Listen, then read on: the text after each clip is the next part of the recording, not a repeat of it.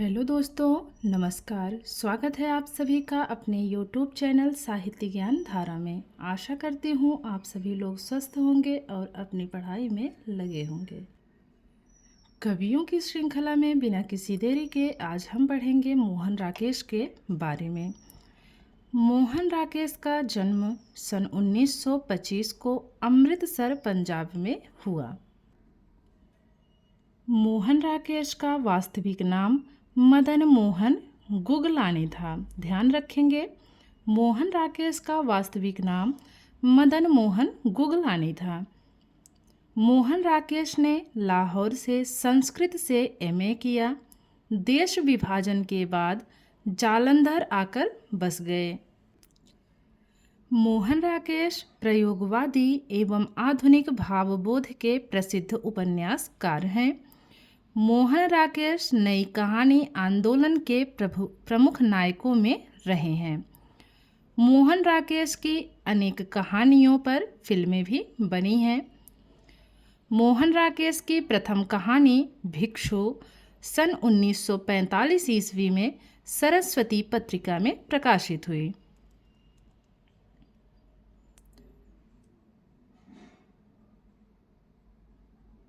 तो इनकी प्रथम कहानी कौन सी थी? भिक्षु थी। और कब की थी? 1945 ईस्वी की। और किस पत्रिका में प्रकाशित हुई भिक्षु कहानी? तो सरस्वती पत्रिका में यह प्रकाशित हुई। मोहन राकेश ने कुल 63 कहानियाँ लिखी हैं। महत्वपूर्ण है, इन्होंने कुल 63 कहानियाँ लिखी हैं। उनकी कहानी मलबे का मालिक पर प्रसिद्ध हीना फिल्म बनी। तो विशेष ध्यान रखेंगे, जो इनकी कहानी थी मलबे का मालिक, उस पर प्रसिद्ध फिल्म हीना बनी थी। यह कहानी भारत विभाजन की पृष्ठभूमि पर लिखी गई है। एक और जिंदगी इनकी सर्वप्रसिद्ध एवं प्रतिनिधि कहानी मानी जाती है। यह कहानी आधुनिक युग के पति पत्नी के मानसिक तनाव को अभिव्यक्त करती है। यह कहानी सन 1952 में प्रकाशित हुई। कुछ आलोचकों के अनुसार यह कहानी उनकी आत्मकथा है। मोहन राकेश की कहानी नंदी उनके मरणोपरांत सन 1973 में प्रकाशित हुई। तो 72 में तो इनकी मृत्यु हो गई थी और 1973 में यह प्रकाशित हुई थी। कौन सी कहानी? नंदी। कहानी के अतिरिक्त उन्हें नाटक के क्षेत्र में भी अपरिमित सफलता मिली है। हिंदी प्रदेश का शायद ही कोई ऐसा इलाका हो जहां उनके नाटक का मंचन ना हुआ हो।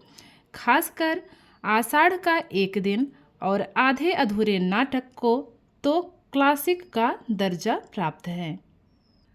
अब बात करते हैं मोहन राकेश की रचनाओं के बारे में। सबसे पहले है इनकी प्रसिद्ध कहानियाँ। प्रसिद्ध कहानियों में है मिस पॉल 1958 ईस्वी, सीमाएँ, आर्द्रा 1957 ईस्वी, फौलाद का आकाश, सुहागिने 1961 ईस्वी, मलबे का मालिक 1956 ईस्वी, एक और जिंदगी 1952 ईस्वी, उसकी रोटी, परमात्मा का कुत्ता 1958 ईस्वी, जानवर और जानवर 1958 ईस्वी, मवाली 1958 की है, जख्म, अपरिचित 1958, जीनियस, इंसान के खंडहर, नए बादल, आज के साए, डॉक्टर, ठहरा हुआ चाकू, वासना के छाया में। तो ये सभी इनकी प्रसिद्ध कहानियां हैं। किसकी? मोहन राकेश की।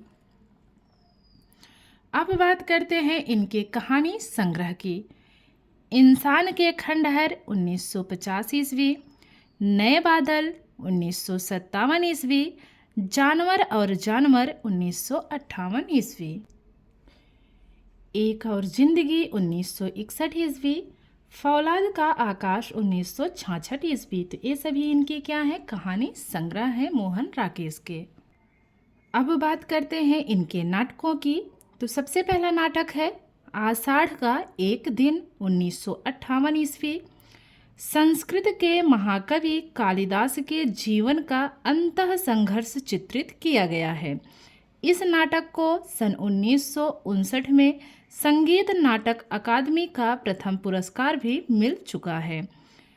तो जो आषाढ़ का एक दिन है, यह नाटक संस्कृत के महाकवि कालिदास के जीवन का अंतः संघर्ष जो है, इसमें क्या किया गया है, दर्शाया गया है या चित्रित किया गया है।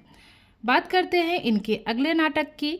लहरों के राजहंस। समय है 1963 ईस्वी। अश्वघोष के नाटक सौंदरानंद के आधार पर लिखा गया है। इसमें नंद का अंतर्द्वंद चित्रित किया गया है। इसमें नायक नंद आधुनिक भावबोध का प्रतिनिधित्व करता है। इस नाटक को अब्राहम लिंकन ने आकाशवाणी पर प्रस्तुत किया था।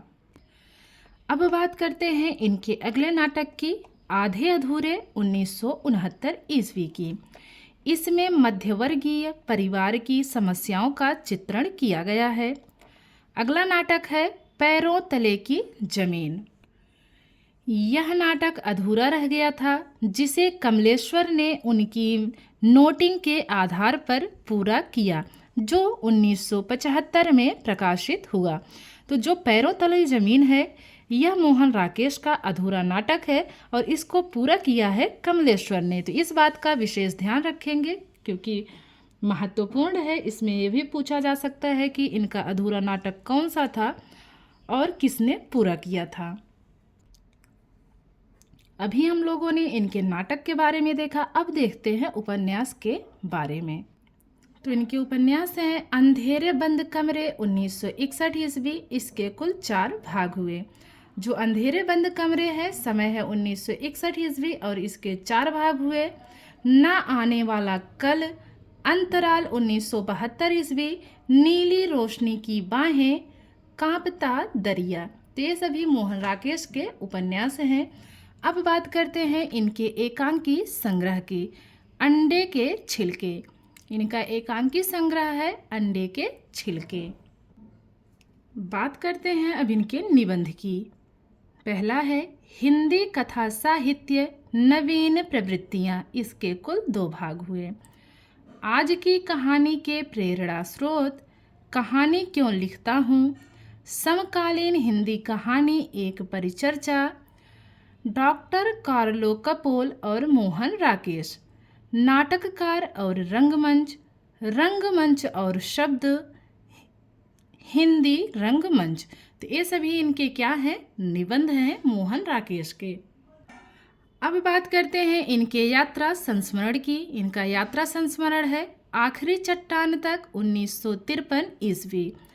पत्रिका का संपादन इन्होंने किया था। कौन सी पत्रिका का, ये भी देख लेते हैं। इन्होंने सारिका पत्रिका का संपादन किया था और इसका समय था 1962 से लेकर के 63 ईस्वी। और नई कहानी, तो ये दोनों ही पत्रिकाएं जो हैं, सारिका और नई कहानी, इसका संपादन किसने किया था, तो मोहन राकेश ने किया था। इसके बाद हम लोग देखेंगे मोहन राकेश से बनने वाले महत्वपूर्ण प्रश्नों के बारे में। तो चलिए इसे भी देख लेते हैं। तो आज का पहला प्रश्न है, मोहन राकेश का वास्तविक नाम क्या था?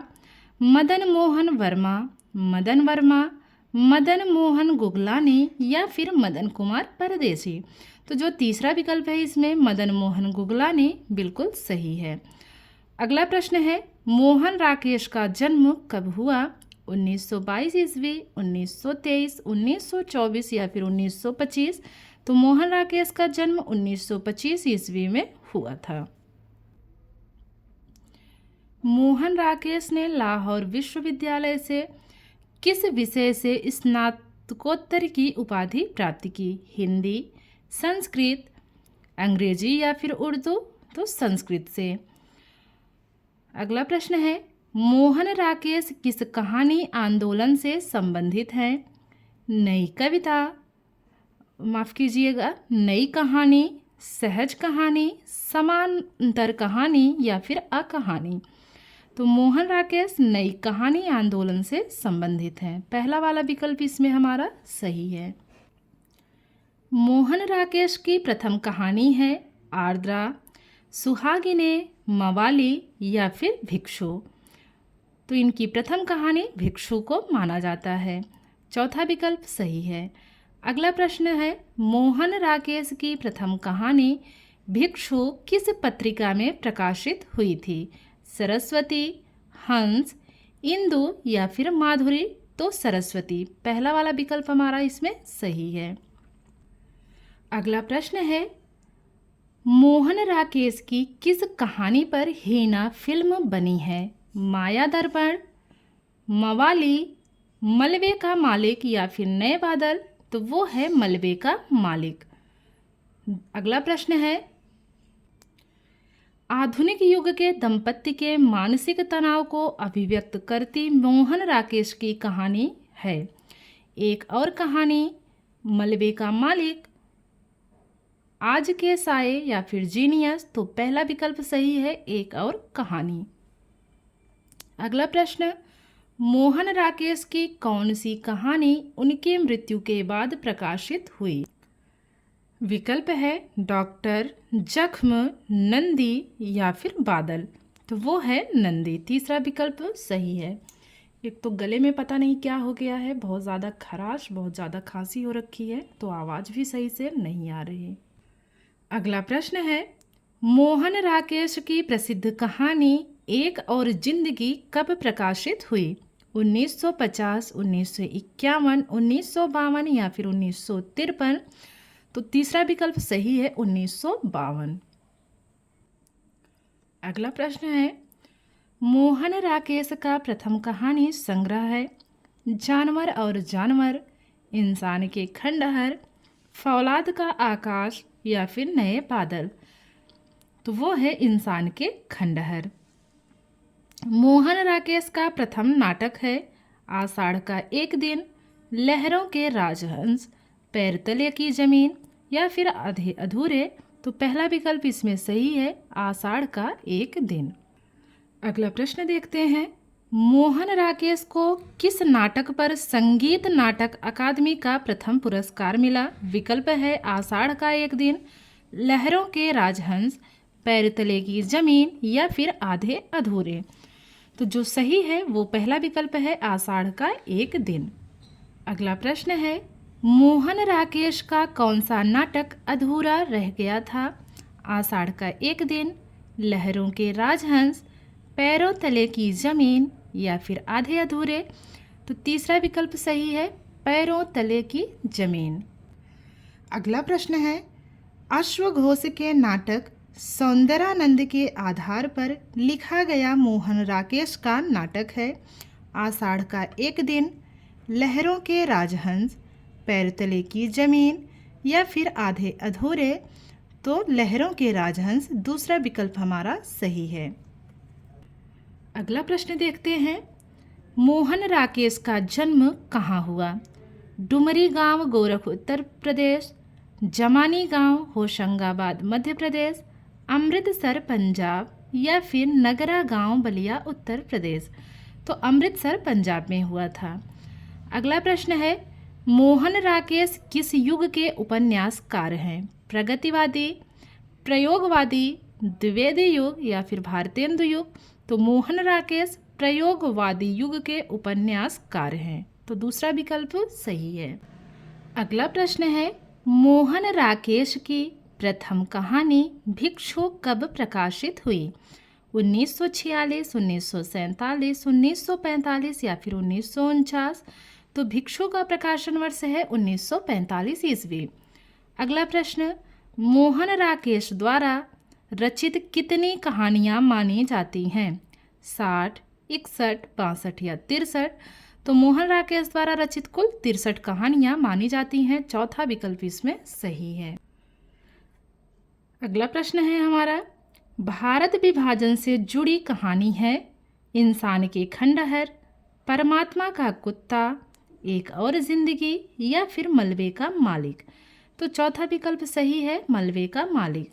अगला प्रश्न, एक और जिंदगी कहानी कब प्रकाशित हुई? 1950 ईस्वी, 1951, 1952 या फिर 1953? तो एक और जिंदगी कहानी 1952 ईस्वी में प्रकाशित हुई, तीसरा विकल्प इसमें सही है। अगला प्रश्न है, नंदी कहानी कब प्रकाशित हुई? 1972, 1973, 1974 या फिर 1975? तो नंदी कहानी का प्रकाशन वर्ष 1973 ईस्वी है। प्रश्न है, मोहन राकेश के नाटकों का प्रकाशन वर्ष के अनुसार सही अनुक्रम किस विकल्प में है? आषाढ़ का एक दिन, आधे अधूरे, लहरों के राजहंस, पैर तले की जमीन। तो इसमें हमको सही क्रम लगाना है। तो हमारा तीसरा विकल्प इसमें सही दिख रहा है। सबसे पहले क्या आएगा? आषाढ़ का एक दिन, उसके बाद आएगा लहरों के राजहंस, उसके बाद आएगा आधे अधूरे, उसके बाद पैर तले की जमीन। तो तीसरा विकल्प इसमें हमारा सही है। आगे देखते हैं। अगला प्रश्न है, मोहन राकेश के कहानी संग्रहों का प्रकाशन वर्ष के अनुसार सही अनुक्रम किस विकल्प में है? तो इसमें जो है कहानी संग्रह का प्रकाशन वर्ष पूछा है और सही क्रम पूछा है। तो देख लेते हैं विकल्प। पहला विकल्प है इंसान के खंडहर, जानवर और जानवर, फौलाद का आकाश, एक और जिंदगी, नए बादल। तो इसका सही क्रम लगाना है। तो सबसे पहले क्या आएगा? इंसान के खंडहर कब का है? 1950 का है। नए बादल 1957 का है। जानवर और जानवर 1958 ईस्वी की रचना है। एक और जिंदगी 1961 की है। फौलाद का आकाश 1966 ईस्वी की रचना है। तो दूसरा विकल्प इसमें हमारा एकदम सही है। प्रश्न देखते हैं अगला। इंसान के खंडहर कहानी संग्रह का प्रकाशन वर्ष है 1950, 1957, 1958 या फिर 1961? तो जो सही विकल्प है वो है पहला वाला 1950 ईस्वी। अगला प्रश्न, नए बादल कहानी संग्रह का प्रकाशन वर्ष है 1950, 1957, 1958 या फिर 1961? तो नए बादल कहानी संग्रह का प्रकाशन वर्ष है 1957 ईस्वी। अगला प्रश्न है, जानवर और जानवर कहानी संग्रह का प्रकाशन वर्ष है 1950 ईस्वी, 1957, 1958 या फिर 1961? तो 1958 ईस्वी तीसरा विकल्प सही है। अगला प्रश्न, एक और जिंदगी कहानी संग्रह का प्रकाशन वर्ष है 1950, 1957, 1958 या फिर 1961? तो 1961 ईस्वी इसमें सही है। अगला प्रश्न है, आषाढ़ का एक दिन नाटक का प्रकाशन कब हुआ?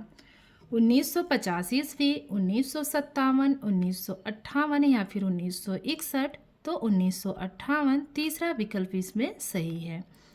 अगला प्रश्न है, लहरों के राजहंस नाटक का प्रकाशन वर्ष है 1964, 1963, 1962 या फिर 1961?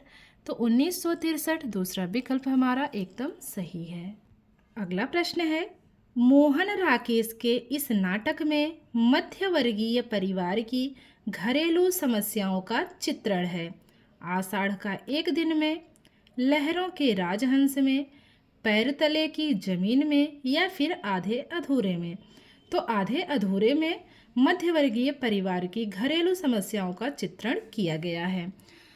अगला प्रश्न है, आधे अधूरे नाटक की प्रकाशन वर्ष है 1964 ईस्वी, 1963, 1968 या फिर 1969? तो जो आधे अधूरे नाटक है इसका प्रकाशन वर्ष है 1969 ईस्वी। हमारा चौथा विकल्प सही है। अगला प्रश्न, मोहन राकेश का कौन सा नाटक अधूरा रह गया था?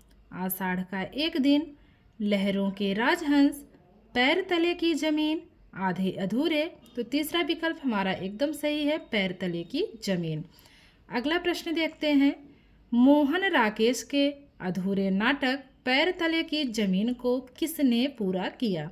राजेंद्र यादव ने, कमलेश्वर ने, निर्मल वर्मा ने या फिर अमृत राय ने? तो कमलेश्वर ने पूरा किया था। दूसरा विकल्प हमारा इसमें एकदम सही है।